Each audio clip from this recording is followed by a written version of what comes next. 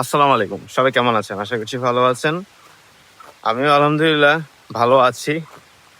এই মনে করেন সর্বোচ্চ 5 থেকে 6 মিনিট হচ্ছে যে আমি গতকালকে ভিডিওটা আপলোড দিলাম। ওই ভিডিওতে আমি ঠিকঠাক বললাম যে আলহামদুলিল্লাহ ওয়েদার স্বাভাবিক আছে, রোদ হলে এরকম এরকম এরকম এটাই সেটাই বললাম।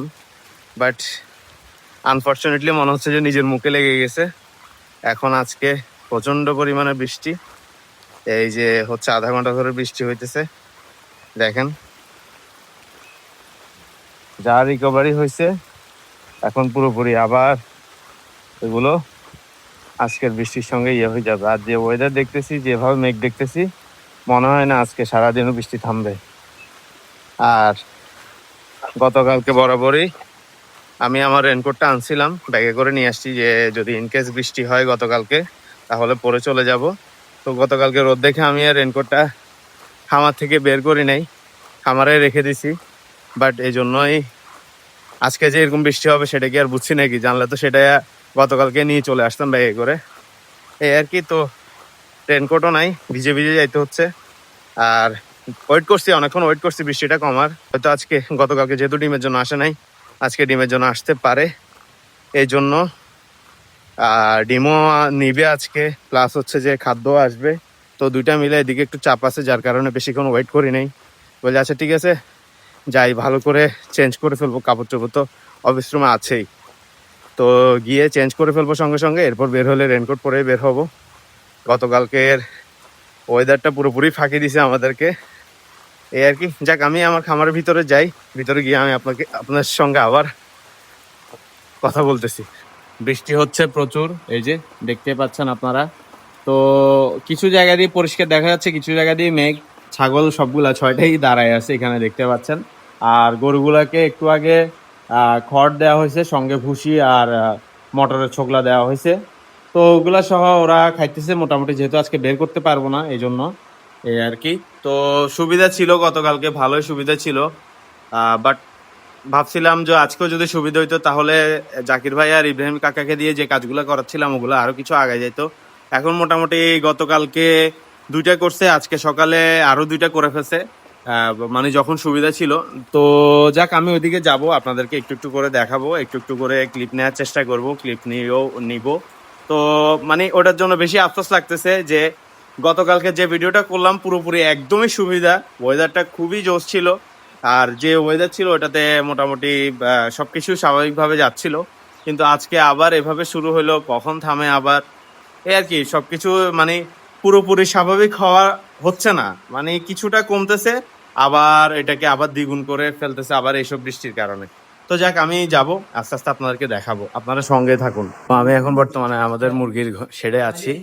তো এইখানে আসছি, আসার কারণ হচ্ছে যে মানে আপনাদেরকে একটা জিনিস দেখানোর জন্য আসছি।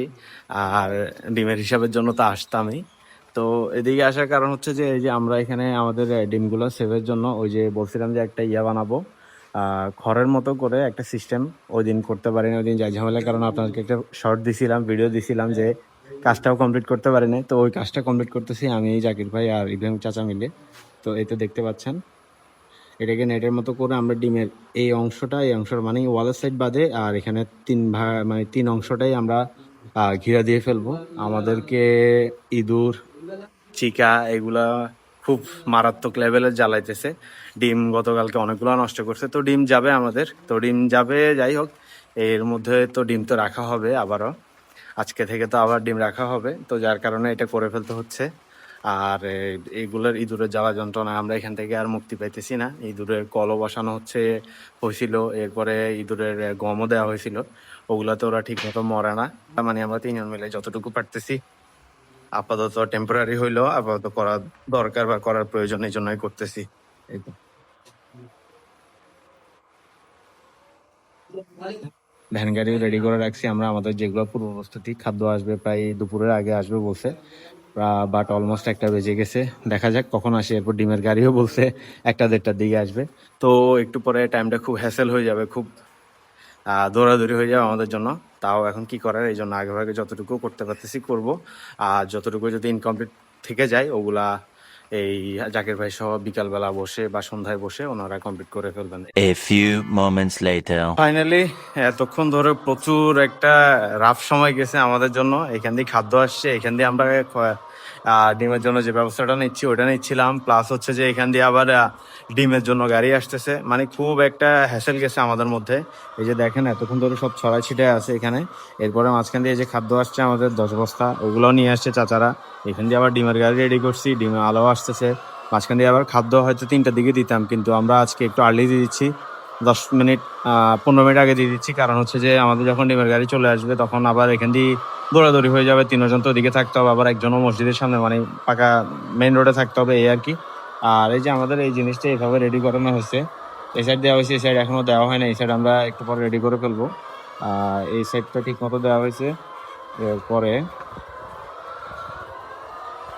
এই সাইডটা আলহামদুলিল্লাহ ঠিক মতো দেওয়া হয়েছে। এখন মেইন সমস্যা হচ্ছে যে ওই সাইডটা আমরা ইনশাল্লাহ দিয়ে ফেলবো, এটা আর কি। তো এই সাইডটা এখন আপাতত খালি রাখছি, বলি যে আমাদের কাজ শেষ হলে দেন আমরা দিব। কারণ হচ্ছে এখান থেকে ডিম বের করতে হচ্ছে, এই জন্য আর কি। মেইন সমস্যা হচ্ছে এটা। আমি ভিডিওটা এখানে শেষ করে দিব, কারণ খুব একটা রাশের মধ্যেই যাচ্ছি আমরা।